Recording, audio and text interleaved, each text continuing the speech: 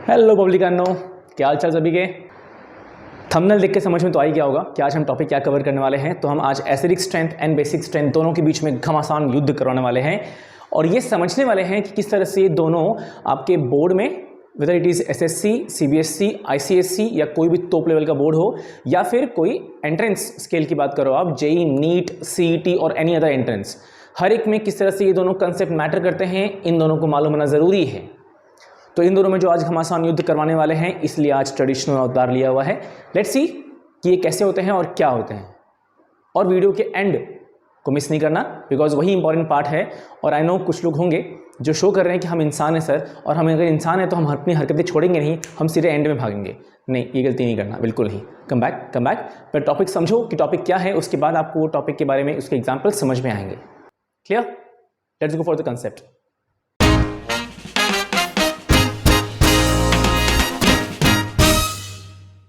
सो हमारा हेडिंग क्या है? एसिडिक स्ट्रेंथ और acidity of carboxylic acid. Organic chemistry में जो हमारा कार्बोक्सिलिक एसिड है, वो कार्बोक्सिलिक एसिड का एसिडिक स्ट्रेंथ कैसे आइडेंटिफाई करना है। अगर मान लो हमारे पास 4 कार्बोक्सिलिक एसिड कंपाउंड्स हैं, तो उन चारों में से who is more acidic, who is less acidic, ये कैसे आइडेंटिफाई करना है, बिकॉज इस पे ही क्वेश्चंस आते हैं, मोर एसिडिक, लेस एसिडिक। या फिर कार्बोक्सिलिक एसिड दे दिया अगर, तो उसके बाद पूछेंगे भाई हु इज मोर स्टेबल और मोर रिएक्टिव, लेस स्टेबल और लेस रिएक्टिव।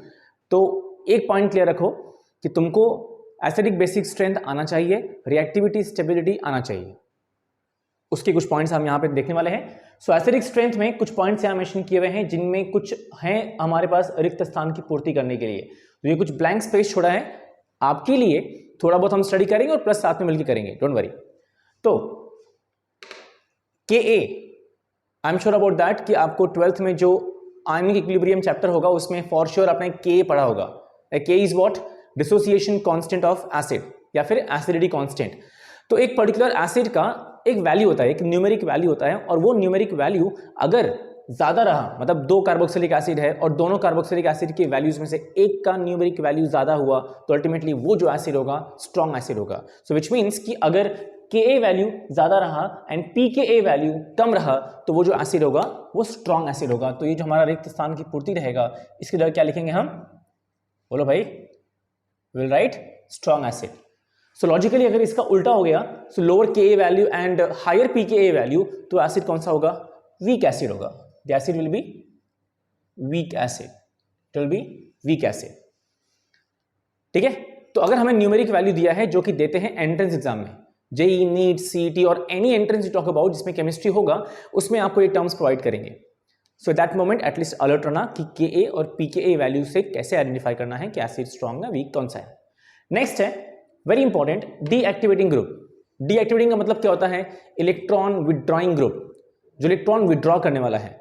जितना ज्यादा इलेक्ट्रॉन विड्रॉइंग ग्रुप होगा, उतना ही ज्यादा उस एसिड का स्ट्रेंथ होगा। इन शॉर्ट आपको भी मालूम है ना कि एसिड क्या है? एक टेढ़ी चीज है, एक नेगेटिव चीज है। सन वालों क्या करती है? जलाती है, राइट? तो एट दैट मोमेंट जितना ज्यादा डीएक्टिवेटिंग ग्रुप होगा, उसके जैसा ही ग्रुप होगा, तो अल्टीमेटली वो और क्या होगा? पावरफुल होगा। Okay? The negative person becomes more powerful if he gets a support of a negative person. आपके भी कांटेक्ट में कुछ लोग होंगे ऐसे, राइट? और वाइस वर्सा, उल्टा भी होता है। दैट्स व्हाई जो हमारा इंडिया है वो इंडिपेंडेंट हुआ, क्योंकि बहुत सारे पॉजिटिव लोग एक साथ आ गए थे।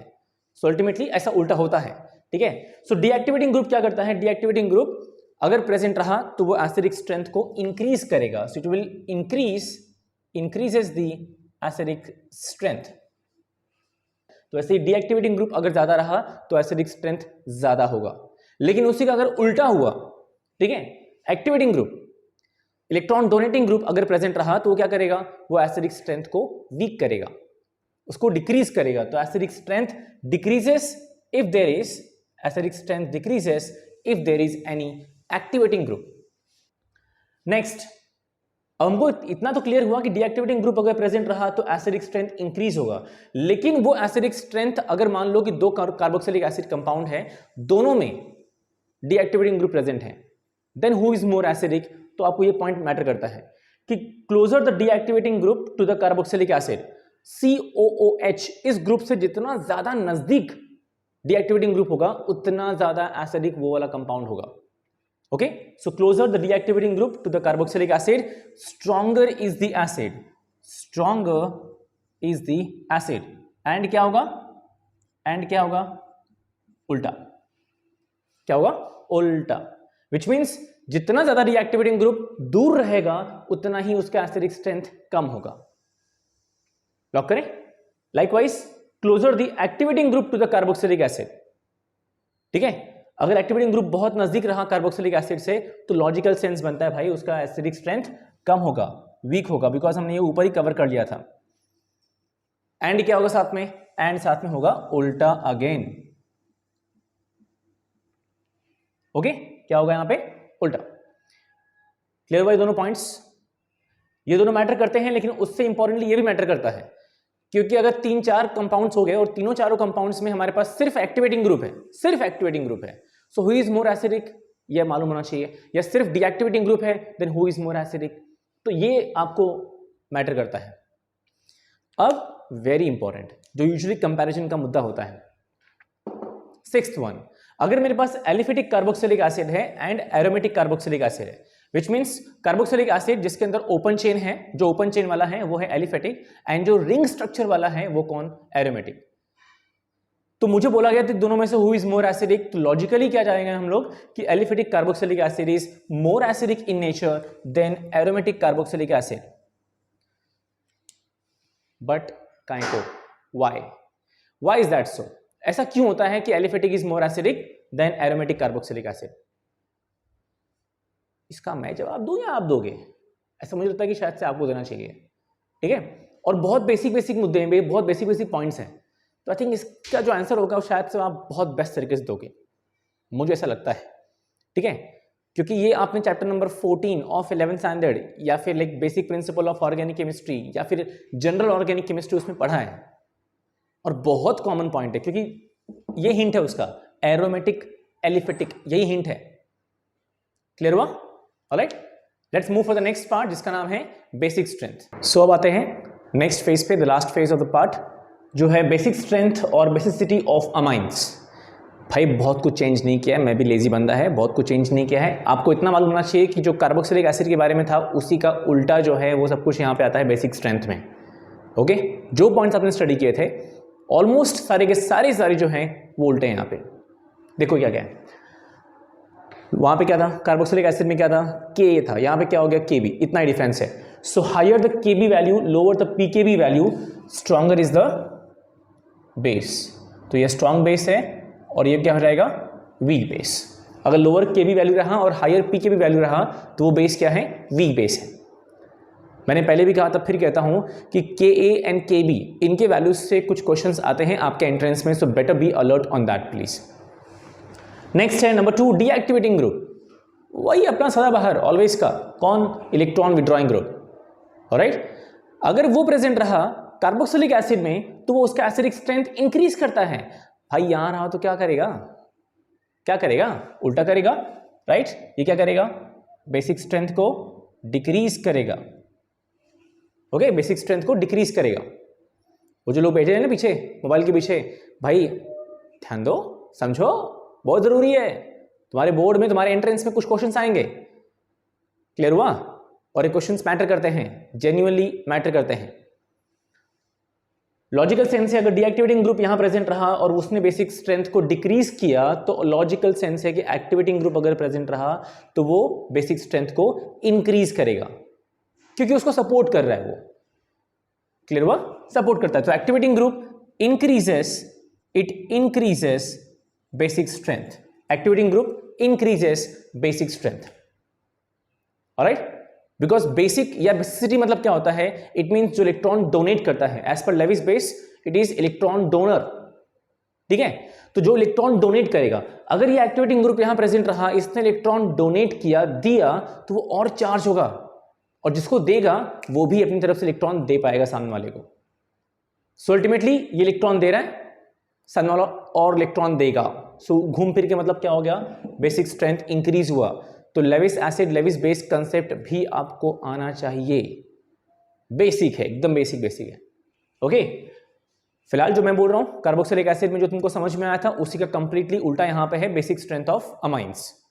Okay, closer the deactivating group to the amines, logical sense है, अगर डीएक्टिवेटिंग ग्रुप प्रेजेंट रहा, उसने बेसिक स्ट्रेंथ को डिक्रीज किया, तो जितना ज्यादा डीएक्टिवेटिंग ग्रुप अमाइंस के NH2 ग्रुप के नजदीक रहेगा, जितना ज्यादा डीएक्टिवेटिंग ग्रुप अमाइंस के नजदीक रहेगा, उतना उसका बेसिक स्ट्रेंथ डिक्रीज होगा। समझा गया? डिक्रीज होगा।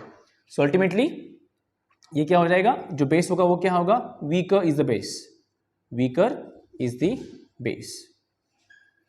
ओके, जितना ज्यादा एक्टिवेटिंग ग्रुप प्रेजेंट रहेगा, अमाइंस के नजदीक रहेगा, उतना उसके बेसिक स्ट्रेंथ को वो इंक्रीज करेगा। समझे? आई होप आपको समझ में आ रहा है पॉइंट ये। सो अल्टीमेटली ये क्या होगा, स्ट्रॉन्गर इज द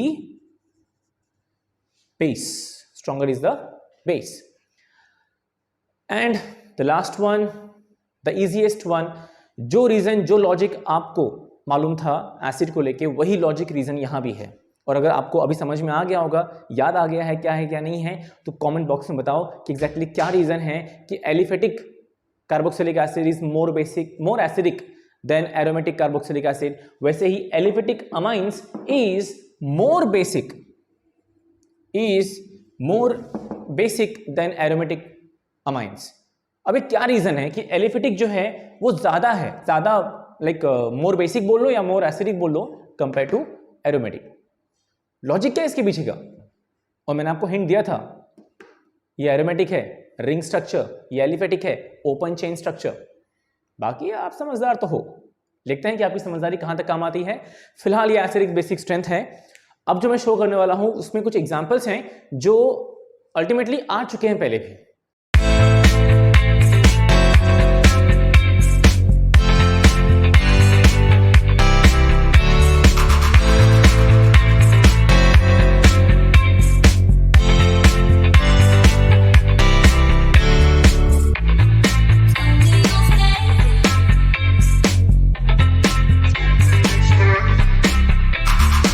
सो अगर आपको लगता है कि सर हमको जो कंसेप्ट है एसिडिक एंड बेसिक स्ट्रेंथ का वो समझ में आ गया है, तो आपको लगता है, आपको चाहिए इन केस, तो let me know that also in the comment box कि सर हमें कुछ एग्जांपल्स सॉल्व करके चाहिए, हाउ टू आइडेंटिफाई। अगर हमें 4 एग्जांपल्स दिए हैं, 4 कंपाउंड्स दिए हैं, तो उस कंपाउंड्स में से कैसे आइडेंटिफाई करने का कि ये मोर एसिडिक है या फिर ये मोर बेसिक है, ऐसा कुछ चाहिए, let me know in that comment box.